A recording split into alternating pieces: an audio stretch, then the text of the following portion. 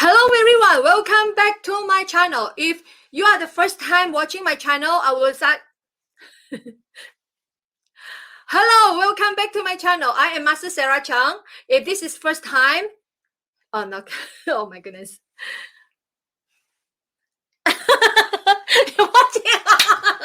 You're watching me, right? That's how you record, you know. If it is live, it's better. But anyway, okay. Okay. Hello everyone, welcome back to my channel. If this is your first time, I would like to say welcome, and remember to check my other video here. I'm going to put it here. Just click it. This channel is for parents, coaches, and athletes. Today we have today we have the privilege to. I'm just joking. Okay, you keep laughing. Okay, anyway. Okay. Today, we have the privilege to speak to the CEO and founder of Taekwondo Hall of Fame. Guess, do you know who he is or what is his name? Stay tuned. I'm going to invite him to our channel. So make sure you stay on until the end of the channel. Okay, until the end of the video. Ready? 1, 2, 3. Ta-da! Hello, Grandmaster Gerard Robbins. Welcome to my channel. How are you today? Fine, Master Sarah, fine. Oh, thank you so much for attending this interview, and thank you so much for sharing your expertise and knowledge and experience in Taekwondo as well as in life. So first of all, and I would like to take you to okay, never mind. Okay, I would like to take this opportunity. Okay, never mind. Okay, Grandmaster Robbins.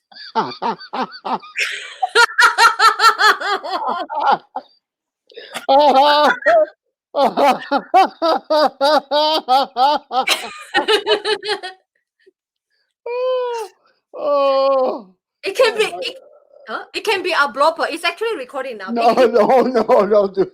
Oh, okay. No. If you no, I will record. No, I will edit it and then show you before I post it on the channel on YouTube. Certain funny thing I can cut it and put it into like a section called blooper. Make people laugh. Oh my gosh. Oh, I'm dying. Oh, okay. I never laughed so hard. I'm telling you, this is unbelievable. Oh. I know. Like if all the YouTubers, I learned that when they record the video, it's like they always have to cut, because they was like, what did I say? What? Because you're actually speaking to the camera. You said there's no one watching you. You're actually speaking to the screen. The lens. It's kind of funny. Okay. Yeah. Okay. I can cut for that one. Okay. Grandmaster Robbins, how did you start Taekwondo and why? Well, my Taekwondo experience was in 1971. But prior to that, my brother, William, he'd come back from Vietnam, and he had indicated to me, you should study, he called it at the time Taekwondo, because he studied Taekwondo in Vietnam in the late 60s. And shortly after that, I had been practicing 2 other forms of martial arts: Japanese karate, Chito-ryu, and also Shukokai. I didn't know about Taekwondo at that time, and I had been competing in tournaments in New York, and Japanese-style tournaments. And in 1971, I went to a tournament in New York, the Richard Chung's championship, and I saw this guy flying in the air, jumping over 6 people, kicking, boards, break. It was spectacular. And I said, this is what I have to do. This is Taekwondo. I have to join Taekwondo. So I went to his school and I asked him, if he would teach me. I didn't come from I came from relatively poor background, and I said, "How much is it to study?" And when he gave me the price, I said, "I don't know if I can afford it." He said, "Don't worry about it. Just come and train with me." So that instructor's name was Duncan Park, and I would find out that he was 6 times Korean national champion, and he'd retired after 200 matches. He's well known in Korea. So that's how I started Taekwondo. Wow. So that was in 1960. 1970, 1971. Wow. Good. At that time, I was still a little baby. Okay. No, little, no. Toddler. Yeah, toddler. Well, it's good to know that. Wow. So at that time, do you know what is Taekwondo? Or I, have re- Mhm. I really didn't know what it was. Uh, to me, it was just karate. But at that time, they called it Korean karate because Yeah, that was Korean something karate. most people were they could easily associated with it. Later on, as it became more popular, it was people called it Taekwondo. Taekwondo schools opened up all over the place. I guess it was maybe around 70, 71, 72, 73. There was an influx of Korean instructors, particularly in the East Coast. And as time went on, they began to call the schools Taekwondo schools. Wow. So have anything changed since then? The Taekwondo back in 1960s, 1970 versus the Taekwondo now? Well, if you're talking about the competition itself, that's changed dramatically. I remember when I was first competing in the national team around 75, 76, they had what was called trembling shock. In order to score points, you had to hit with force. Wow. The techniques were much harder at that period of time. The training was much more brutal. In fact, my instructor, let me give you a little story. I'd be working out for maybe about 2.5 hours in the school, and at that time was mainly adults. Today it's usually a lot of kids, but at that time was mainly adults. And I'd be exhausted after a class of kicking, punching, punching, punching. And I'm walking out the door, and he would say to me, "Where are you going?" "What do you mean? Where are you going?"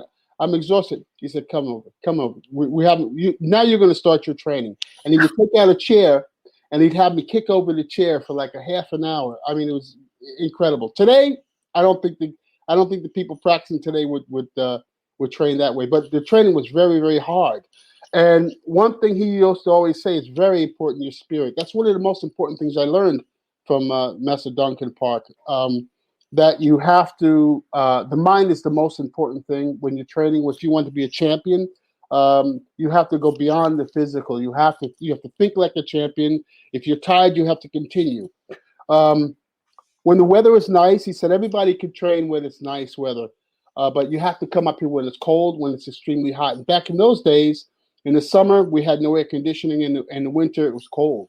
So he really developed um, determination and spirit and discipline with the type of teaching that he taught. Wow. It sounds like no pain, no gain, right? No pain, no gain. Oh Yeah, my goodness. exactly. When I first started, I was told that too. It's like no pain, no gain. You have to endure pain. That's good for you. Pain is good for you. Oh yeah. Oh yeah. Well, he always thought you can always go further than what you think you can go, and that's the type of philosophy that he taught me in life as well. Not just kicking and punching, but his teaching was for life. No matter what you do, you have do, to do your very best, and don't let anything stop you, and just continue. You have to have a very strong mind, very important your spirit, and I carry that. Today in everything that I do, I try to anyway. Yeah, that's actually very good. Uh, I would say very good training experience and also discipline, right? For especially for kid or for youth, right? Of course, of course. Yeah. And I remember when I was when I when I when I first started, I was asked to lift up my leg on the stair for a long time while doing my studying, my reading. That's how I save my time. So I do stretching, lift my leg up on the stair, and then reading at the same time. Wow. Yeah, killing two Wow. birds with one stone. Well, a lot of the training was done in the school, but at the same time, when I would come home, I'd hang a cardboard up on the ceiling with a string, and I would kick that cardboard. I would jump, kick the cardboard. I would do repetitions of kicking of the cardboard. There was a very close friend of mine. We went to high school together. His name is Tony Alvarez. At the time, he was in the service, and whenever he would come back from leave, we would train in the park. He had tremendous sidekick, tremendous kicks. He studied with another instructor in New Jersey called the Chung Kim, and I couldn't wait for those weekends to come where we would work together. So the workout was good in the school, but I also had to work out at home, and I'd also worked out in the weekends with Tony Alvarez. Wow. So I'm just wonder. Did you study any other martial other than Taekwondo? I know you mentioned about other type of martial art, but how many type of martial have you learned besides Taekwondo? Well, there were two other forms of karate that I learned, and it was Chito-ryu was one, and the other one was Shukokai. And Shukokai had a lot of hip motion with the kicking and the punching, but there weren't any spinning kicks or anything like that. And that's why when I saw Grandmaster Park do this demonstration, I was amazed. I said, "This is what I've got to do." And then I would go to the Korean style tournaments, and I would see players such as Michael Warren, Albert Cheeks, Joseph Hayes. These were my contemporaries as well. Unbelievable kicking combinations, just very beautiful to watch. That time we didn't have chest protectors. We just fought point system is what they called here. And I think that's what they did in most countries other than Korea. Korea back in those days was still using the chest protector. But to watch these guys fight, and it was an amazing experience. And several occasions, Michael Warren, Albert Cheeks, and Joseph Hayes, who were in the Black Belt magazine's top 10 in the United States, we were on the same team, and we would travel to Canada, and we had some fantastic matches with Chung Lee's students in Canada, Daniel Richer, Ray Nickel, and John Picard, and the matches were beautiful. It was USA versus Canada, and at the end of all of the matches, the team matches, we would just have a party. We'd drink, we'd eat, we'd have fun. But that was one of the most important things that I saw in terms of my development in Taekwondo. Learning about different people when I went to Korea, when I went to Mexico, when I went to Canada, I got to see how different people were, how the cultures were different. But basically, I realized that we're all basically the same. We're all and that's one of the most beautiful things about Taekwondo is it does bring people together. Yeah, it actually Taekwondo bring people together. When I first started, I was influenced by my uncle, but most importantly by Bruce Lee. I watched this movie, and then I saw my uncle, Master Peter Chung, let Master Peter Chung, like his students were acting like Bruce Lee. That's what I thought at that time. I thought it's beautiful, right? I started because of his students. They are about my age, and the team environment actually motivated me to join Taekwondo, not because of individual. Like, I think the team environment, the team spirit is more important than individual motivation at that time for me. And then I remember when I did my undergraduate thesis, my Bachelor of Education thesis, I did my thesis in Taekwondo. I look at the factors of motivation in Taekwondo. The first motivation in Taekwondo, guess what it is? It is team spirit. Yes. Yeah, that's the team spirit that combine, unite people together and learn Taekwondo. Not because of the self-defense is important, but actually the team spirit that bring people together. That's the first, the number one factor. Yeah. You mentioned Peter Chung. I think as our technical advisor back in the day, you recommended him as an advisor into the Hall of Fame. He was a referee, very famous referee in Malaysia at one time, an official. So he was, I believe we inducted him, I think in 2009, I believe it was. Yeah, Peter Chung. Wow. Yeah, in I think in New York City. That's Yeah, right. That's in right. New York City. Thank you so much. And yeah, he taught me many things. He taught me many things. I started as taekwondo, traditional taekwondo, Hmm. and he taught me all the four tenets of taekwondo. And he liked to post, all the philosophy on the wall just to remind me.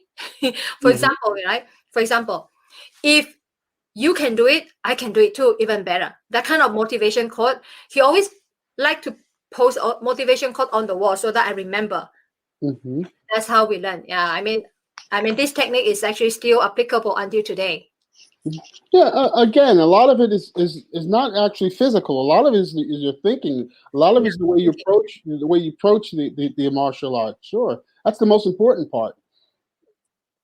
yeah, that's right. It's actually it's not about just kicking and punching. It's a lot about philosophy and the mental skill, the self discipline, all about habit, and Hmm. that's right. Yeah, sure. Yeah, I'm just wondering. Have you ever competed like in sparring? Whoa, my goodness! I don't like to brag about myself. However, I was on the first national Taekwondo team in 1975. I competed in this second World Championships. I competed I was the gold medalist in the uh, Pan Am Games in 1970 in Mexico City. I won the Los Angeles Open in 1978. But there's one tournament that stood out above all of the tournaments. I mean, I've competed in Korea, I've competed here and there, but the All American at Madison Square Garden in New York holds a special place in my heart. It's where most of the famous champions in the United States competed and won, like Chuck Norris, Mhm. Mitchell Babrow, George Thanos, Michael Warren, Albert Cheeks. We had several generations of great tournament fighters. The next generation would have been Herbert Perez and Mark Williams, which were extraordinary competitors. But that event, I remember you would have wow, it would have 1,000 competitors in just the heavyweight division alone. It was like 300 competitors, and you had to go through a whole day of competing just to get to the finals. And then you would compete with the best of the best in the lightweight and the middleweight division. Yeah, that tournament was run by S. Henry Cho, who was one of the first instructors in the United States. But it was just a wonderful time, and you would meet people from all over the world in that tournament, from Canada, from Mexico, everywhere. Just beautiful. Wow. So yeah, tell me more about the your competitive career in Taekwondo. How many medals have you won? A lot. Well, I've seen your picture with Chuck Norris. yeah, yeah. We had a reunion of All American champions in 2003, and I spoke to Chuck Norris and I invited him, but there were some technical issues; he couldn't come. But we had all of the champions there: Michael Warren, Albert Cheeks, Joseph. It was just an incredible amount of the real grand champions from that event. It's really a beautiful experience. And again, I look back now, and it's like at that time we were opponents, but not really enemies, And we were at the end of the fights, we would hug, we'd shake hands, uh, and just compete in the next one. But there was never any animosity. But because the level of technique was so high at that time, it brought everybody up. These guys were just incredible competitors, and we helped each other in terms of we learned from each other when we were sparring. But one of the most important things, as I've said, is the traveling. As I was a youth, we didn't have much opportunity to travel. My sisters and brothers didn't. So Taekwondo gave me the opportunity to travel to world champions, to travel to Mexico, to travel to Canada, to travel to Korea. And I got to see the world through Taekwondo. And I Yeah. got to see, as I said before, that people are different, but people are basically the same. And it's it's really done a lot for my life, Taekwondo. And that's probably one of the reasons why I wanted to create the Taekwondo Hall of Fame. One of the reasons is because as time went on, some of these champions, people didn't know who they were. People forgot who they were, and we have a new crop of champions, a new crop of competitors. But everybody forgot Mike Warren. Everybody forgot Albert Cheeks. It was a way of preserving the history of my own history and also the history of the champions in every other country and the officials and pioneers in every other country around the globe. And when we give our ceremonies, we've given our ceremonies every 2 years since 2007. We're able to bring the best of the best to these ceremonies in different countries. And no one asks what degree you are or what organization you are. We're all one basic family. But the Taekwondo Hall of Fame is designed basically to preserve the tradition of Taekwondo, to preserve what Taekwondo is, what Taekwondo was back in the day, so that people do not forget and people remember this is what it's really about. And these are the people who really founded the martial art, who really developed it, and it's just been a wonderful experience. Wow. So if you can recall, what was the best moment during competition or during your competitive career in Taekwondo? Well, as I said, it was the All-American Open at Madison Square Garden, where I competed against people like John Kritzos from Washington, D.C., Albert Cheeks, Michael Warren, the best of the best, because the best of the best competed in that tournament. And when I won the event in 1978, I became a part of the history of the All-American. And for that reason, I mean, I joined Chuck Norris and Mitchell Bobrow and people like that in terms of the history of the tournament. They also had great forms champions, not only fighting. Derek Williams, James Roberts. It was just a beautiful tournament. The best brought the best of the best to the tournament, and the best out of the best in competition. Most of the champions ended up in the Black Belt Hall of Fame, and most of the grand champions of later years actually were inducted into the official Taekwondo Hall of Fame years later. Oh, that's amazing! It's just you have done, amazing for your contribution to Taekwondo Hall of Fame.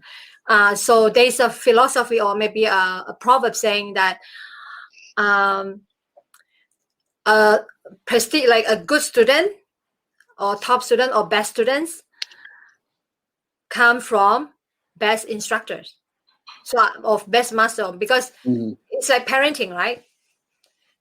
So I wonder who are the mastermind, who are your grandmasters or your teachers or your instructors that taught you like life lesson in Taekwondo. Well, like you could say, Grandmaster Duncan Park, who was the Korean national champion 6 times. He was the Olympic coach from 1992. He won a gold medal there. He was also the head coach of the 1979 U.S. World Taekwondo team. He's my biggest influence in Taekwondo. He's an amazing person physically, as well as the things that he taught me, mentally about Taekwondo. He used to always say, "Very important your spirit. Very important your spirit." I have a little. We had a little joke also while we were teaching, while I was learning in the school. His English, when he first came, he didn't speak English that well, and so we'd all be on the floor, and he had a strong Korean accent, and he would say kick, kick, kick, kick, kick, kick, and we're like tired, we're like exhausted, right? And so we're like huffing and puffing. Said, "Shut your mouse!" And we're looking for a mouse. Look, what mouse? And that we would just all be laughing to ourselves. But he was he still is an incredible instructor. In fact, he still teaches in Jersey City, New Jersey. I talk to him all the time now, maybe once, twice a month or so, and we go out every now and then. But his mind is extremely strong, and that's what he taught. You have to have a strong spirit. Another example. In Madison Square Garden, they'd have over 1,000 competitors. And I would say to him, "Sir, we have a lot of competitors here today." He said, "So what?" He said, just treat it like it's your school. After the first round, and I thought about it. After the first round, it doesn't matter how many competitors there are. After the first round, there's only half, and then half again. So it all depends on the way you look at things, how difficult something's going to be. And it carries again into life. how things appear to you. If you think something's difficult, it's going to be difficult. Your frame of mind is the most important thing. And that Yeah, really everything. is the most important. Yeah. So it always goes back to your way of thinking. Yeah, the thinking is very important. I remember I learned sports psychology course in my undergraduate. That was my first exposure to sports psychology. And we were asked to do an experiment, right? You tie a string with a small ring, and then you use your mental to ask the ring to circle, to make a certain move. And I say, move to the right. You don't move it with your hand. You just use your mental to ask the hand, the fine motor, we call it gross motor to fine motor skill, to affect the trait, a string or trait that will affect the movement of the ring. So I said to the right, and then I literally saw that it's actually moved to the right, and then I say circle like clockwise, right? And it's actually clockwise. And then I say anti-clockwise, and actually anti-clockwise. That was my aha moment, epiphany or aha moment was like, wow, I can control my, my mind can control my body. And that was my really aha moment. And that really pushed me to achieve like excellence or achieve more in Taekwondo. It's funny that you say that because going back to the training again, we would do repetition after repetition after repetition of attack, counterattack with gloves. And he used to say it's going to be second nature to you. And I said, second nature. Okay. So when I competed in the ring, my body would just react, would just move. You develop a how can I put it? You don't have to think about what you're going to do. Your body will automatically react to it if you do it repetitiously enough. But some incredible experiences that I've had with this grandmaster. I have so much respect for him, and whenever we've gone to Korea, I see people bowing to him. I said, well, this, I understand why. I understand why now. He's a great man. Yeah. So we both learned a lot, especially yourself, Grandmaster Robbins. I wonder, like, when you first started Taekwondo, were you? How old were you? Like, and also, I'm not trying to guess. No, I would have to say I was 17. I was 17 years old, and I was still in high school, just graduated from high school when I met Grandmaster Park, and yeah. How has that affected or impacted your life as a youth? Because you started like when you were a teenager. Yeah. Well, yeah. Tell me more about that. Yeah, teenager and Taekwondo. Okay. Well, I was as I said before, I was doing other martial arts before Taekwondo, shortly before Taekwondo, and I grew up in a pretty rough area. I came from a relatively big family, and we weren't rich. We didn't have. In fact, I could say we're poor actually. And it gave me an opportunity to travel. It gave me It gave me a focus. I'd say if not for Taekwondo, I could have been in the situation as a lot of other guys that went the wrong way. But it gave me a focus. I wanted to be a champion. I wanted to be a winner, and that gave me a direction. My mother was a force in my life, and she always go to school. She was a good influence. But Master Park was like, you have to, how can I put it? Don't give up. You have to stick with me. In fact, he said he wanted me to actually live with him, and I was thinking, if I go to live with Grandmaster Park, am I going to be eating fried chicken? No, I don't think so. We're eating Korean food, and at that time, I couldn't imagine, living with him. But like I said, as a youth, it gave me a sense of direction. It kept me out of trouble. Kept me on the right path. Yeah, that's good. So if you are watching, it's so easy to get influenced. Peer pressures. Your friends want you to do this, they want you to do that, and a lot of times that's how you get yourself in trouble. Um, Myself, for some reason, I was just so focused on martial arts and Taekwondo that my peers were the people that I competed with. My peers were the people I was, training with, and they were all positive. So there was only one thing that could only have a positive outcome. Wow. Yeah, of course. Of course. For those who are watching now, if you are teenagers, remember Grandmaster Robin advice. We really encourage you to learn Taekwondo, pick up something, like something that you really enjoy. And maybe you may want to consider Taekwondo. Mm-hmm. Well, what you should do is, be a leader. It's easier to follow, but if you're a leader, let people follow you. Um, and if someone tries to influence you, think about what you're doing. Think about the impact that it's going to have later. The other thing Master Park taught me was very important, your background. Your background's going to carry you. You get into a little bit of trouble, and as a professional, I was a detective back in life, and I would see kids getting themselves in trouble. And that little thing that got them in trouble carried them for the rest of their lives, So that was very important. Your background follows you. Exactly. Like I remember when I was a teenager, my life was all about Taekwondo and studies. That's it. No other no other activity. Not even social life, right? My social life were quite limited. I went to church and joined the fellowship, but when the youth fellowship clashes with, the timetable clashes with Taekwondo, so Taekwondo always come first. Mm-hmm. Understood. Yeah. Yeah. But I do recognize. Well, I do appreciate Taekwondo, where Taekwondo gave me confidence. I remember when I was bullied in school. Mm-hmm. At that time, it was in my primary elementary school. I was bullied. I don't know how it was just automatically.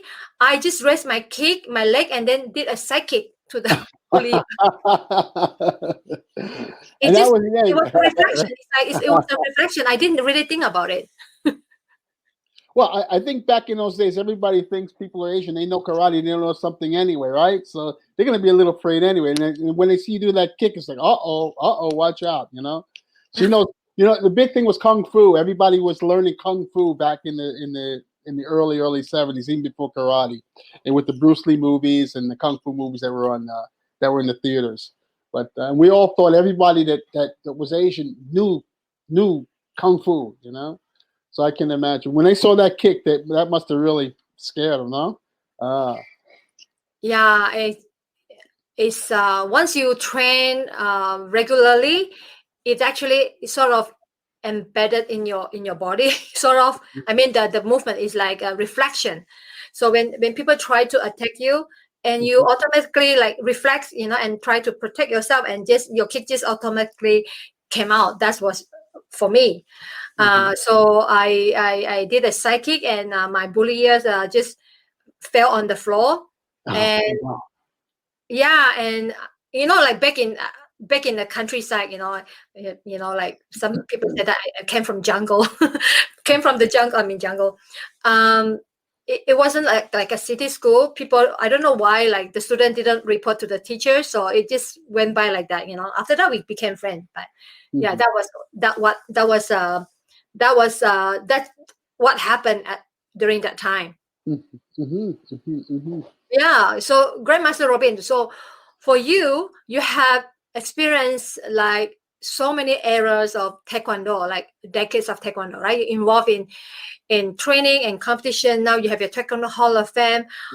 What do you think? What has competitions changed over the years? What has competition changed over the years? Like from non-protector. I know when I first started, we were not asked to put on any gear, no headgear, no body protector, no forearm guard, no shin guard, nothing. We just kick or fight without anything, right? It's actually quite painful, but actually train you to be tougher. But nowadays, everyone put on all the gear. So what do you think about the changes? Well, I mean, when I first started competing, no one wore the chest protectors, and we would just basically slug it out. Um, and you had to block. If you didn't block, you could get your head your head knocked off. So we trained a little harder at that time. It was not until around 1975 that the chest protectors were beginning to be used, and I think now most of the tournaments are using the chest protectors.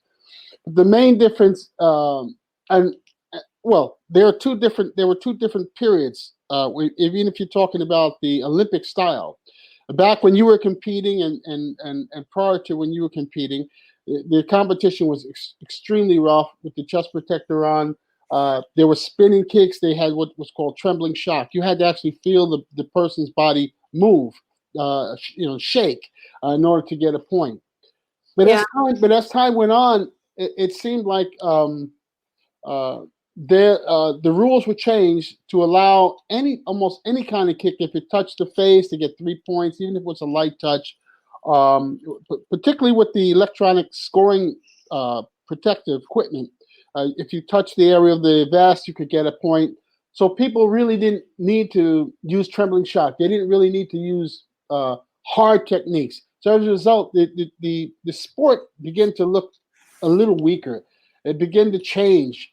Um, uh, I'd almost say that anyone that could keep their front leg up and just keep flopping their leg up can be a champion in most of the world and Olympic championships that are held today.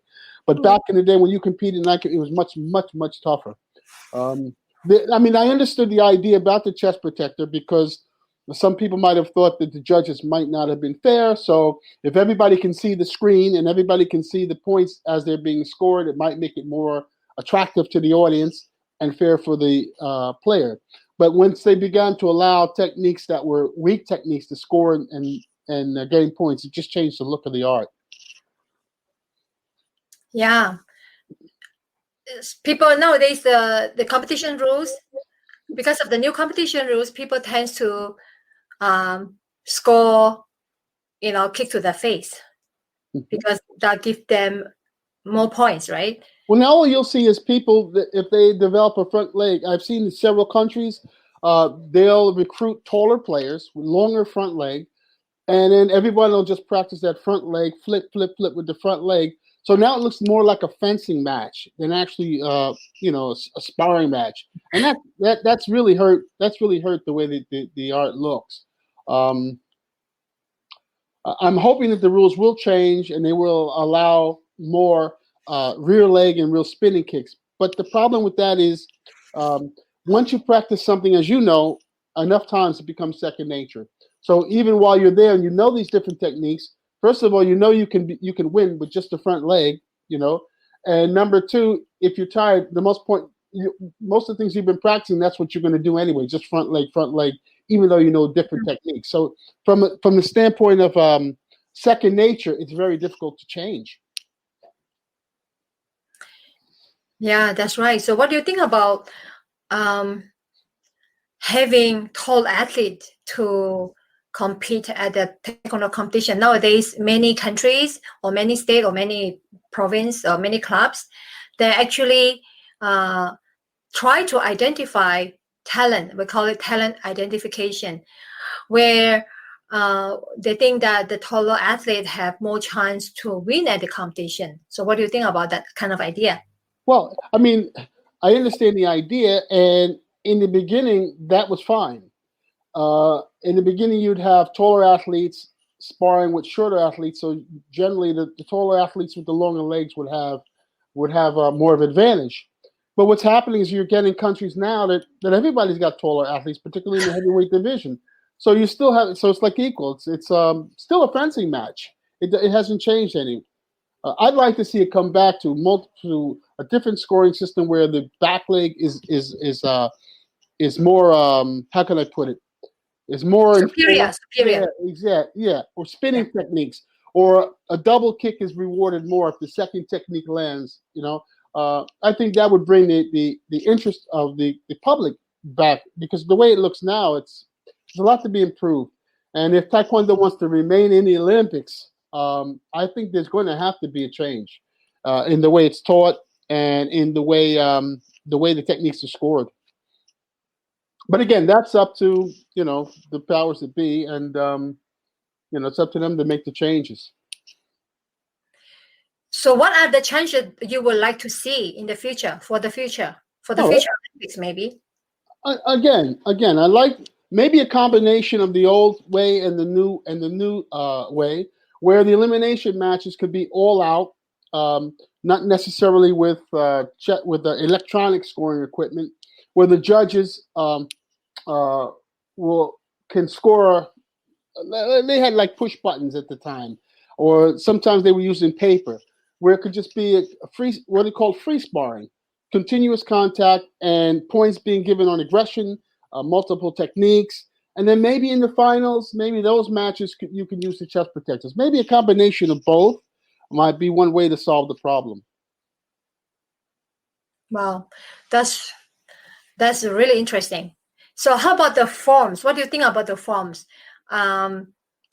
Like versus the cookie one, I call it World Taekwondo or World Taekwondo Federation or World Taekwondo's forms from changing, like change. I think from Page to Taekwondo. Now, compared to the forms by the ITF or International Taekwondo Federation. Well, as you know, what do you think about the forms? Are they the same, or which one has more advantage? What ITF or WTF? Which one has more advantage, or the way the forms were when you be more specific?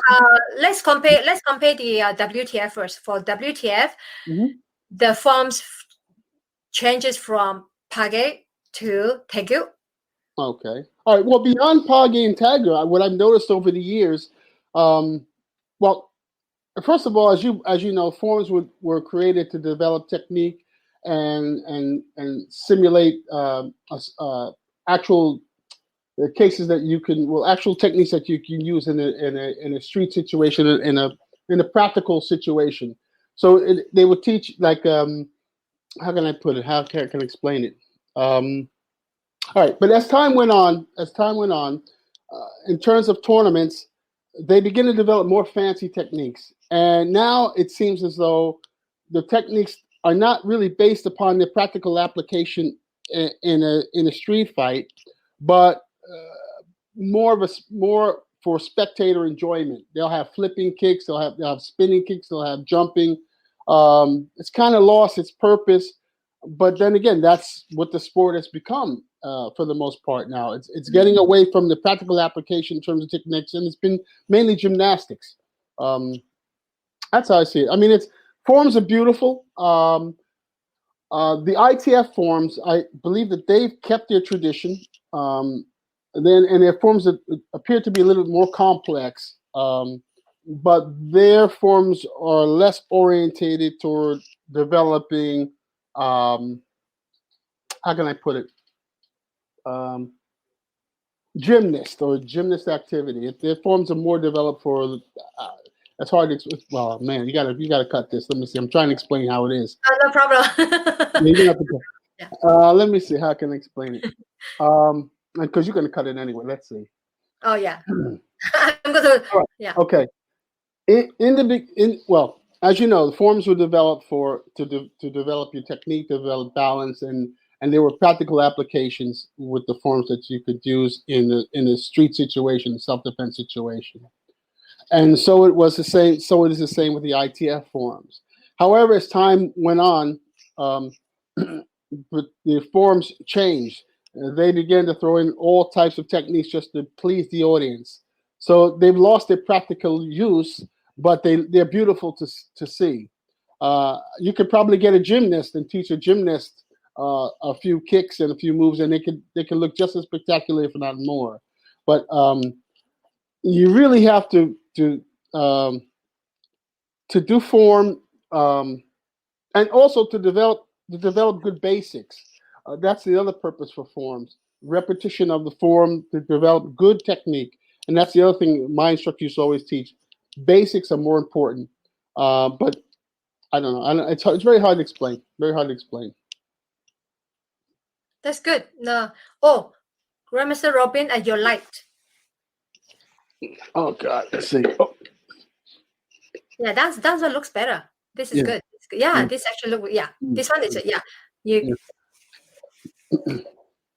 Well, when you're talking about forms as well, I mean, before the Polygate forms and the Taeguk forms, we were in the United States and most countries practicing actually Japanese forms, believe it or not. Basai Dai. I don't know if it was the same thing in Malaysia, but then to get away from the influence, um, it's maybe a little controversial, the Japanese influence. That's why they developed the Polygate and developed the Taeguk forms and so on and so forth.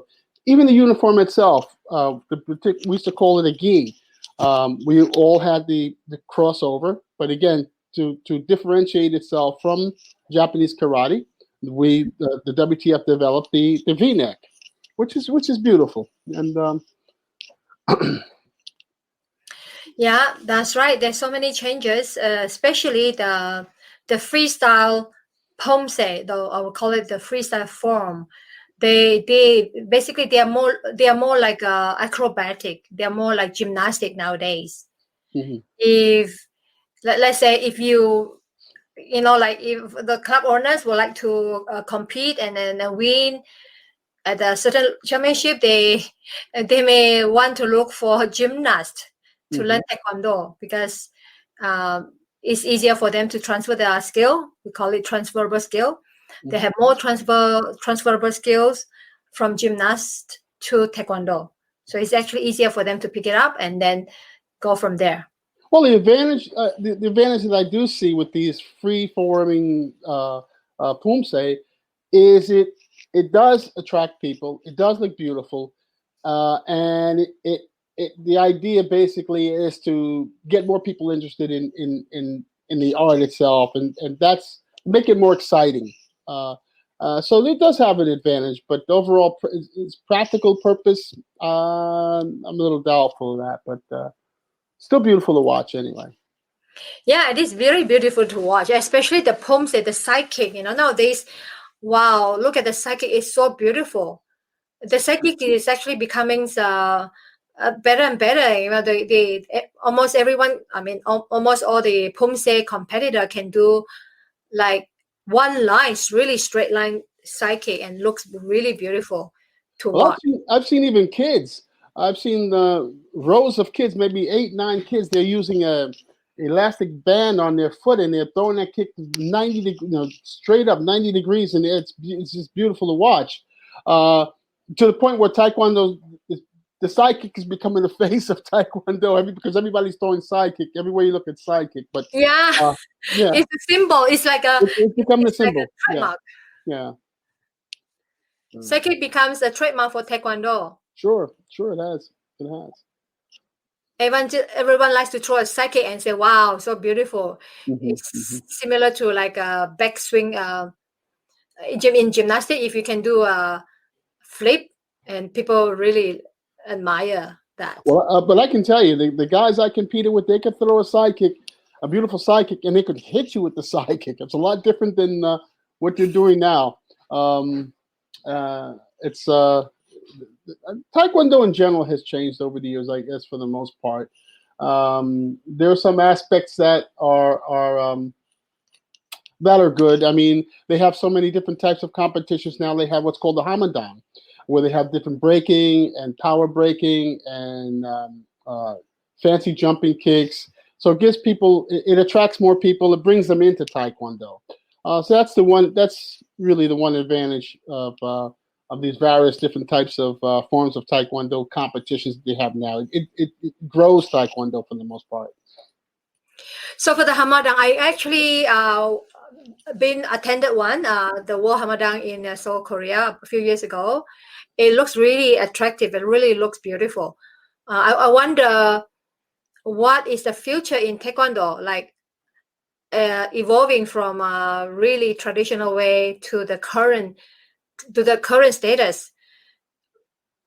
Well, a lot of it depends on who your instructor is. There are a lot of instructors now that are maintaining tradition and they're teaching the art the way it was taught in the beginning. And then you have other instructors who are teaching the fancy techniques that are more focused on the sport aspect of it. A lot of schools actually are teaching just sport taekwondo. It's not even really anything that can be used practically in a self-defense situation. They're becoming sports schools for the most part. But again, my instructor, he teaches the same way today that he taught 50 years ago. The basics, he teaches things that you can use practically. He teaches the competitive portion of it as well. It's really a good blend, but he's never left the tradition. Yeah. So how do you look at it? Like if you have a kid, I'm just trying to, like maybe educate the parents. How, if you have a kid, what kind of school do you like? What kind of school should the parents look into? Like traditional martial art taekwondo or sports taekwondo or both? And what are the core value that the parents should look into? Like how to choose a good taekwondo school? Well, I think all schools, all styles, whether it's ITF or WTF, or all martial arts in general, are good things to get your children involved in. But what I recommend is if you're interested in getting your child into school, watch the instructor, learn about the instructor, see if he's putting discipline in his classes, or if he's letting kids just run rampant. You can generally tell after watching one school if this is a school that you want your son or your daughter to attend. And most good schools, you'll see that the instructor is strict with the kids and teaches discipline, and the kids follow. That's the most important thing, is to just visit the school, watch the instructor, see how he teaches, and see how the children react to him. Good point. Yeah, good point. So if you are a parent or parents out there watching this video, I hope you pay attention, and that Master Robbins have shared very important criteria if you plan to enroll your children to or in taekwondo school. Important, remember that. Make sure that you visit the school. Make sure you watch the masters, how they teach and how they react to the students, and how the students react to the teachers. Remember to also look at the background of the school, whether they affiliated with certain organization. For example, if you would like to, if you want your kids to compete at the Olympics level, so make sure that the school have affiliation with World Taekwondo. Is that correct? That's 100% correct. That's 100% correct. Now, very important. The school that you choose in terms of what you want your child to learn or to do is very important. The schools that focus on tournaments and sparring, if your kid is really competitive, and if that's what that school offers, that's probably a good school. But again, watch the school, watch the class, watch how much attention the instructor pays to the kids, so the kids are not getting hurt. He's not overly aggressive with the children. He's not overly overbearing with the kids. There's got to be a proper balance. Yeah, that's right.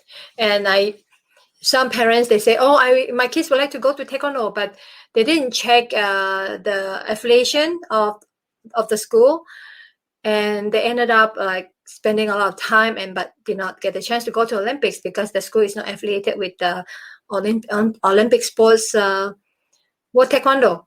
So I think that's the issue nowadays with taekwondo, right? Martial art, traditional martial art versus taekwondo. And I'm just curious, Grandmaster Robin, which one would you choose? Martial arts, taekwondo, traditional taekwondo, or Olympic taekwondo? Well, okay. I put you in the wrong. No. Well, I was a competitor. I mean, if you have a kid that's competitive, you have a kid that likes to compete with others, I would suggest one that teaches the sport aspect of it. But there are some schools that teach both. My instructor taught both. He taught the martial art and he also taught the sport. And that's really the best school to go to, is a school that can give you a combination of both. How about character building? Nowadays, many parents send the kids to Taekwondo school because they want the kids to build character. Many schools promote this characteristic to the public or to the parents. So promising that if you bring your kids to learn Taekwondo in my school, your kids are gonna learn this like confidence, like positive attitude and focusing skill and self-discipline. What do you think about that? Well, that's why it's important to watch the instructor and watch how he interacts with the children, how they interact with each other, and what he allows to go on in the school. Because, some kids can become bullies, depending upon the way the instructor teaches. That's very, very important. Yeah, I mean, what else can I say? I mean, I could go on and on and on, but character building is one of the most important things that most good instructors will teach. Discipline, character building, confidence, determination. With a good school, your student will learn those things. But again, watch the class, watch the instructor, and then make your choice. And it shouldn't be based upon money. Some schools they'll charge a lot of money. Some schools they won't. It doesn't matter how much you can afford. The most important thing is to watch the student and watch the instructor, learn about the school, and as Master Chung said, see if there's any affiliation with any organization that might be detrimental to your student's growth, your child's growth. That's right, and I also look at the background of the master instructor, like what they have their education, knowledge, and experience that will help your children to grow. To become, I would say, to become confidence and honest and determined individual, right?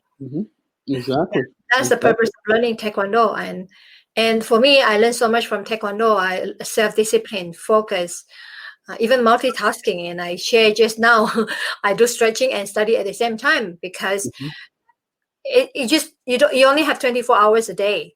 So you must know how to manage your time really well. People say multitasking is not good, but some people say it's good. For me, in my opinion, multitasking is good if you know how to handle it.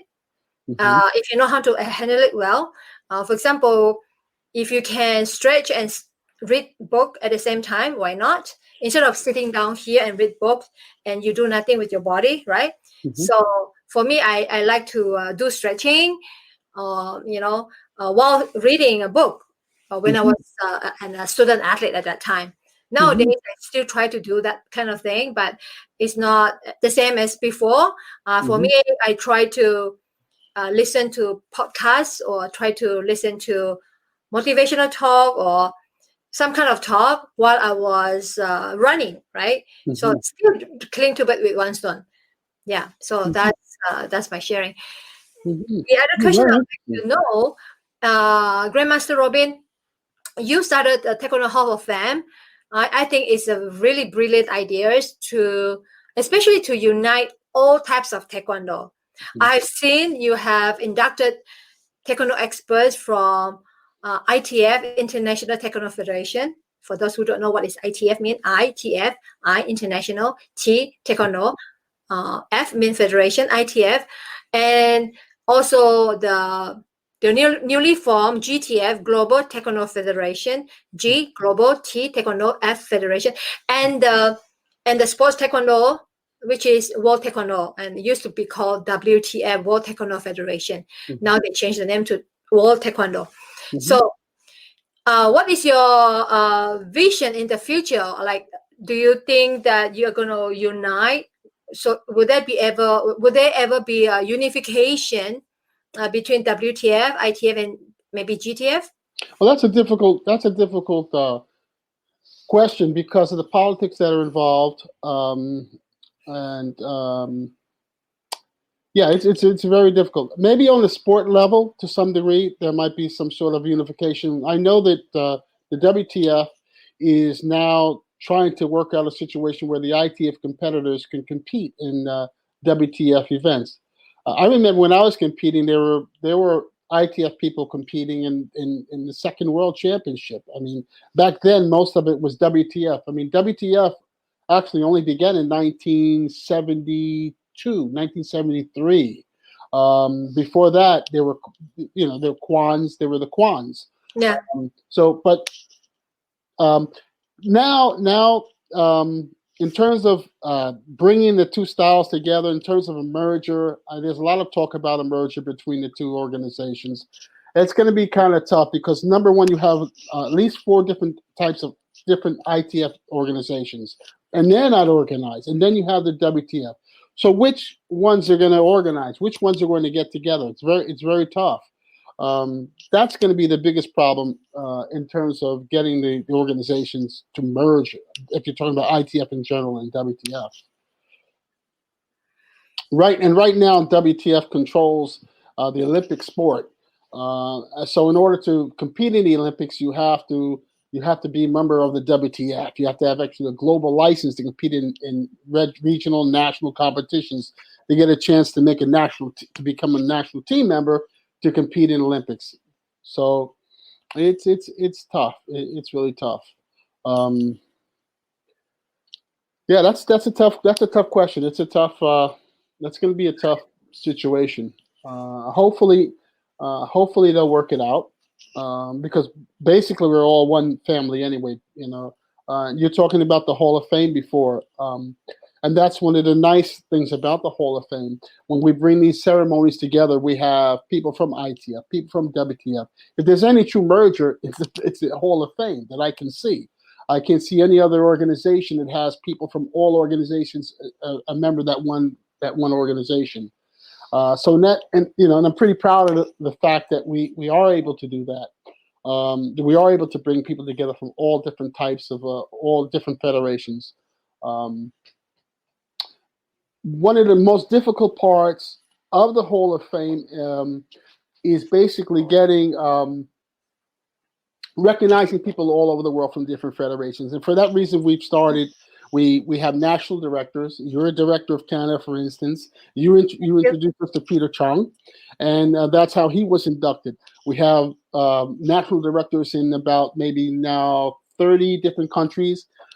We have continental directors, and that's really the only way you can we're bringing people together basically at the grassroots level.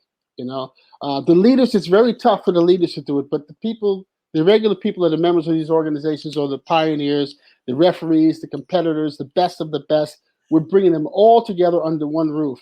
And one of the most things I'm proud of is in 2011, we gave a ceremony in Kukkiwon World Taekwondo headquarters in Korea, at that time, the Mecca of Taekwondo. And that's the first time, in fact, that we had members of all different federations in the land where Taekwondo was born and in the main gymnasium. So I'm very proud. That was our benchmark event, and we've gained. And at that time, Korea had no idea what the Hall of Fame was. People would ask us, "What is Hall of Fame? What is Hall of Fame?" But after that event, they began to ask. They knew what it was, and it just seemed to grow. And now more and more people over the world want to become members, but it's very difficult. There's specific criteria that has to be met, and our national directors follow those strict guidelines in terms of recommending people for the Hall of Fame. Yeah, so I hope one day all the Taekwondo will be united under one umbrella. Would that be possible? I would hope so, but I hope so. I hope it would be possible. But I think right now we're pretty much the closest thing to it, bringing all of these people from different federations together, the leaders. In fact, we've inducted the federation heads of the ITF, the WTF, the GTF. That's never been done before. And it's amazing as years go by. I look back at what we've done, thanks to you and thanks to our other national directors in bringing the Taekwondo world together under one roof. It's a beautiful thing. And when we do have these ceremonies, no one asks, are you ITF? Are you WTF? Are you this? No, we're just one family. We're Taekwondo. Yeah, I hope that day comes true, hopefully.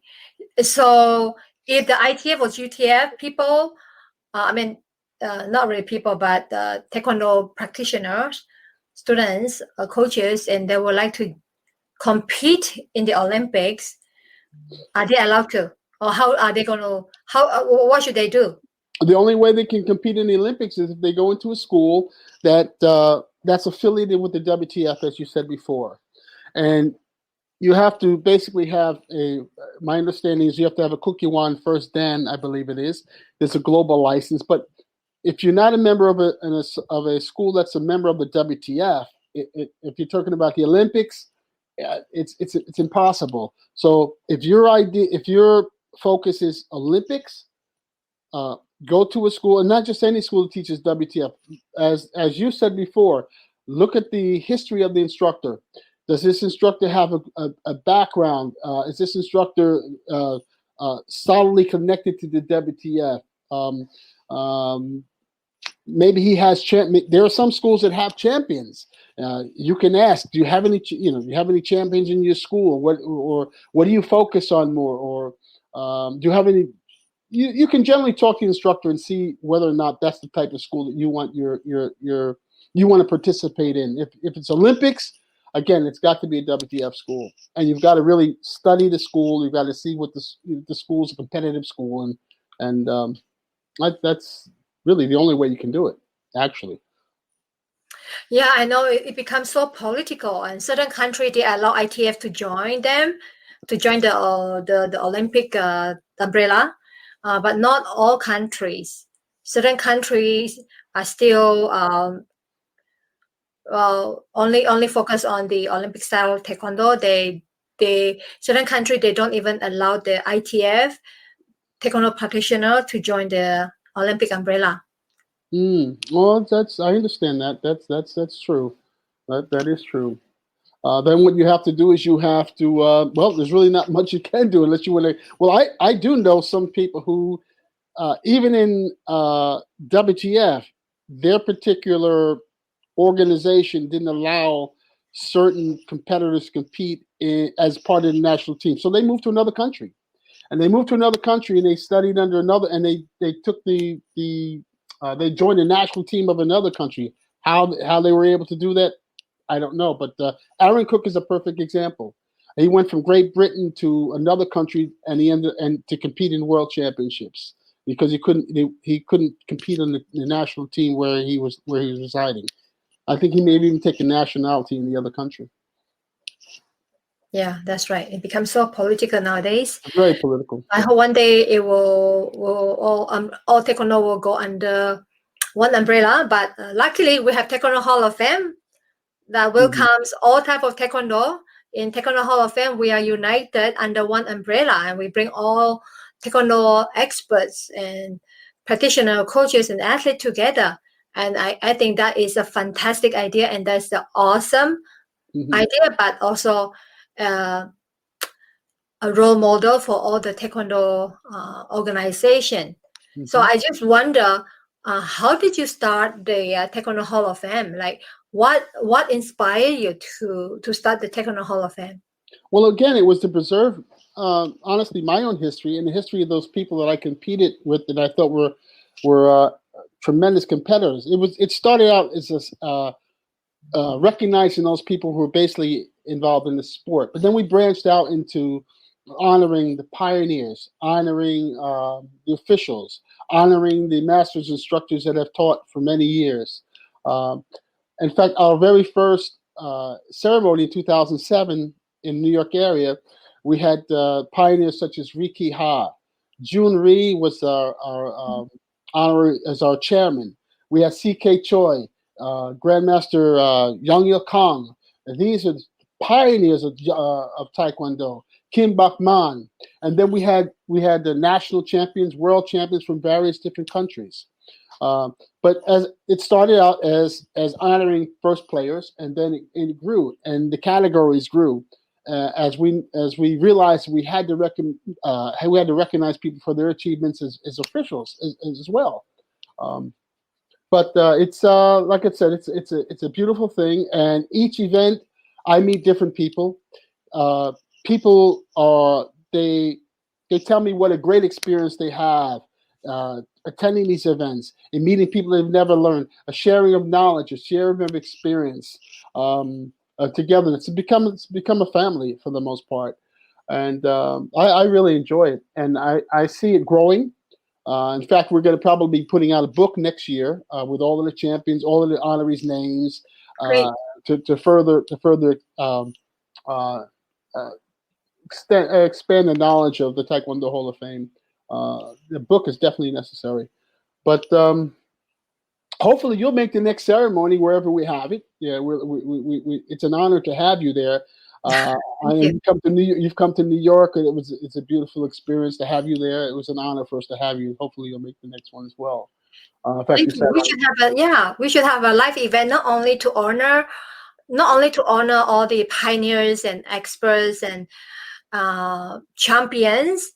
I think we should have a live event where we can share, uh, our knowledge and experience and scientific findings, so that we can help people, like help people who are struggling, right? Yeah, things like that. So I thought maybe in the future we can have like a conference, scientific conference, something like yeah, that. yeah. It doesn't necessarily have to be all about Taekwondo. People who have specific professions like a diet, like nutrition, finance. We can have different seminars on these different topics, not just Taekwondo. Um, I think it's a very good idea. I mean, we should really look into that. Um, Yeah, we should. Yeah, we should organize an event where we meet in one place and we share our knowledge and experience, and we can broadcast to all over the world. But at the same time, we make friends and mhm, we catch up and we socialize and we improve and we unite. mhm. You know, it amazes me now. When I follow Facebook, I see people who are communicating with each other on Facebook that didn't know each other before, and a lot of times they're not only talking about Taekwondo; they're talking about other things as well. It's just a beautiful experience. Uh, it's people have grown through these experiences and learned through these experiences and learn about different cultures. It's a beautiful thing. It's a Yeah, beautiful. it is very beautiful. So you created the Taekwondo Hall of Fame. What is your most challenging part Hmm. throughout the process, even now? Sure. Well, as you know, everybody wants to be recognized, and Yeah. that's really tough. And some people will say, "How come this person was recognized, and how come I wasn't recognized?" Um, but we try to be as fair as we possibly can, and the technical advisors and national directors and regional directors are instructed to when they select people, the people have to be the best at whatever it is that they do, and you have to put aside, even if it's a person that you don't really like, if that person has the qualifications and should be recognized, you have to recognize that person. You have to put aside your personal, and I found that over the years that these directors that we have been fair. So the biggest challenge is because there are so many people that have done so much over throughout the world. Um, Finding those people that no one has ever heard of that have really contributed, those are the people we want to shine the light on. So putting aside the egos, the most challenging part is everybody wants to be recognized, but uh, the room is only so big, and there are so many people that have done so many great things, but there is a limit to how many people we can have at these ceremonies. But that's why we continue to have them every 2 years to give other people an opportunity to be recognized. Yeah, I think that's a fantastic idea, and also inspire people, motivate people, and also reward people who have worked hard behind the door, especially. And there are many masters who are really quiet, but they actually contributed a lot. They don't talk about it, but they actually give and give and give without asking back. So I think it's a good opportunity for the Taekwondo Hall of Fame to recognize these people. Uh, it, well, to identify them is actually not easy, because they do not like to quote unquote talk about it, right? They don't Mhm. like to brag about it, or they don't want to spread the news, but they actually help people behind the door. They actually even spend money without asking the money back and help and give their time, money, and effort to nurture an athlete from a regular athlete to Olympic champion. Because in order to train an athlete from an ordinary or regular athlete to become an Olympic champion, that takes a lot of, that takes a lot of effort and time and money, especially not only from the parent but also from the coaches, because I believe coaches, good coaches, they are like good parents, and they help the athlete, they help nurture the athlete to become a true champions. And you know that's a lot of people have said that I'm doing a great job. You know, Jerry Robbins, what you've done is fantastic. But you know what? What you're talking about is a very, very difficult thing to do, in terms of finding those people who have really dedicated their lives, who've received no kind of reward for it, and bringing them to the light of the public, to tell their story, to recognize them. And the only way this can be done is through the national directors.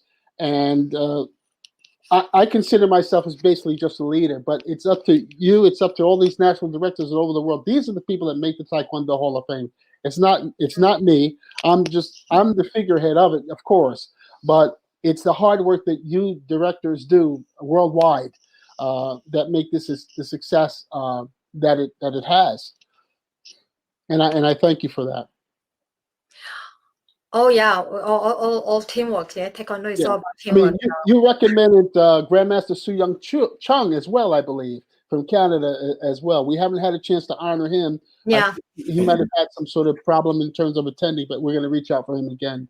But yeah, I can't thank you enough, and I can't thank the national directors and the people that are involved in doing the research and bringing these people to light. It's a wonderful thing that you're doing, and I know it's not easy. Yeah, no. I also would like to propose athlete or later on when the next Taekwondo Hall of Fame event is up. So yeah, so it's good. It is an honor job, and I would like to find coaches and athletes who actually contributed a lot, but they don't talk about it. There's so many, but they just, in Taekwondo, if they were taught being humble, I mean, that's the champion of the champion. The top one, they were taught to be humble, right? And they were taught about humility. So they actually do a lot, but they don't talk about it. So it's actually not easy to find those people, but I hope that we all, do our part and find those people and recognize them.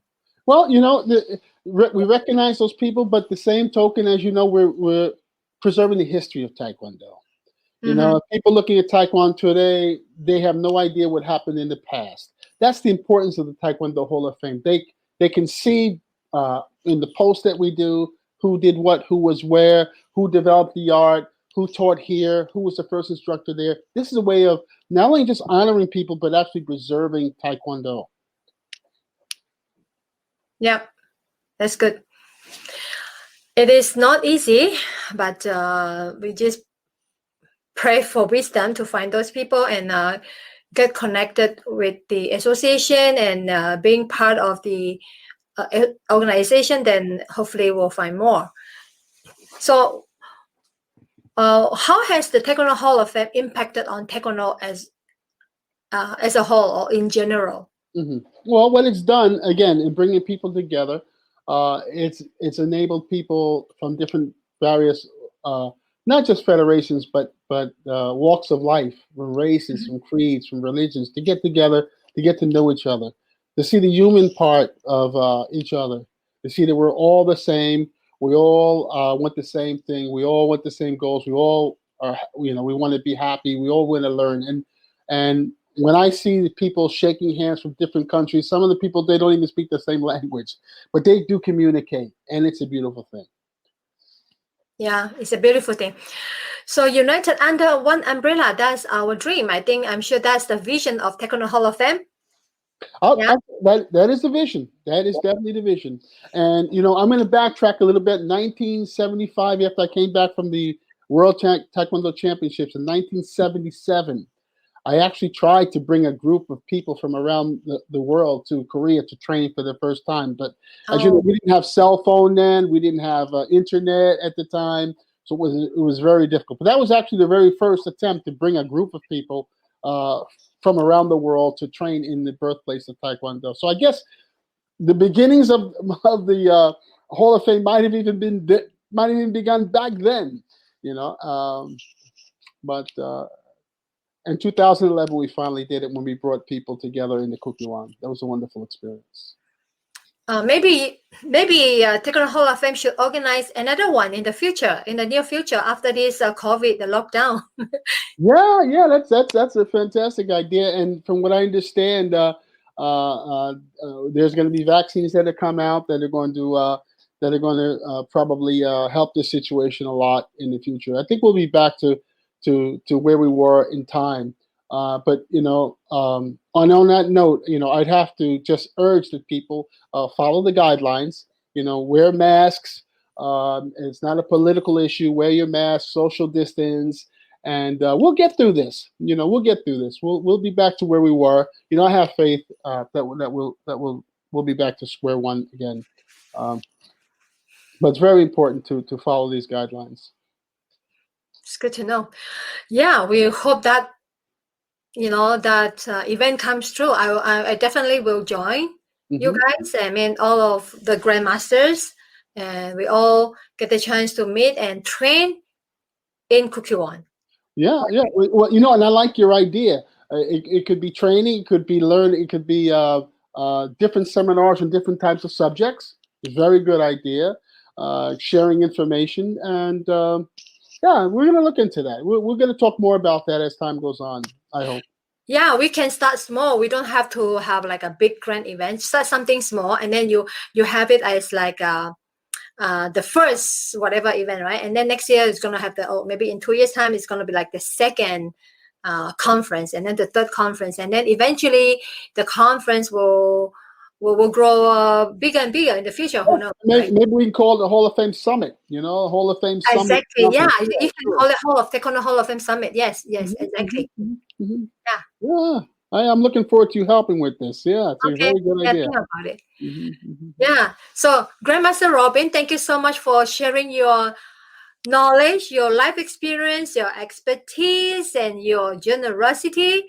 And I really thank you for all of that. And on behalf of all the Taekwondo practitioners in the world, I hope so, we all like to say thank you so much for founding this Taekwondo Hall of Fame, and thank you so much for uniting all types of Taekwondo under one umbrella, and thank you so much for recognizing all the silent heroes in Taekwondo. Thank you. Thank you so much, and for the audience, and I would like to thank you for watching, and thank you for listening to our talk. I hope you learned something out of this video or out of this discussion, and remember, always do our part to contribute the positive of the world. Or maybe I should rephrase it. Do our part to I would say do our part to contribute. No. Do our part to impact. Your part to make the world a better place. Do your part to make the world a better place. Do our part, make the world a better place to all of us to live in. Okay, thank you, and have a nice day, or have a nice week, or have a nice thank you, and my pleasure. have a nice week ahead. And thank remember, you very much. Well, my slogan is have confidence within you, because you're special. All of us are special. Bye now. Goodbye. Bye. Thank you. Bye, Grandmaster Robbins. Bye.